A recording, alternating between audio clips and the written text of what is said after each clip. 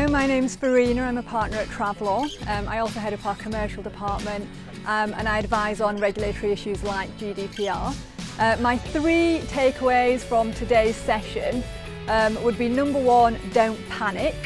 So GDPR is something to be aware of, it's something to worry about, I would say, and it's something to make sure you're complying with, but it certainly isn't something to panic about.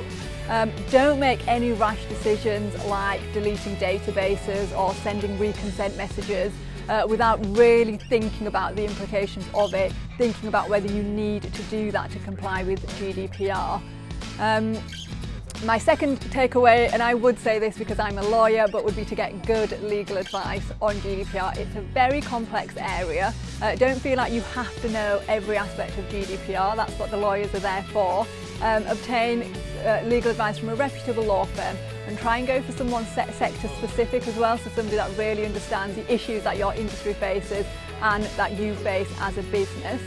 And my third takeaway would be there's a very common misconception that consent is the only legal condition that a company can rely on in order to process personal data, and that is not true.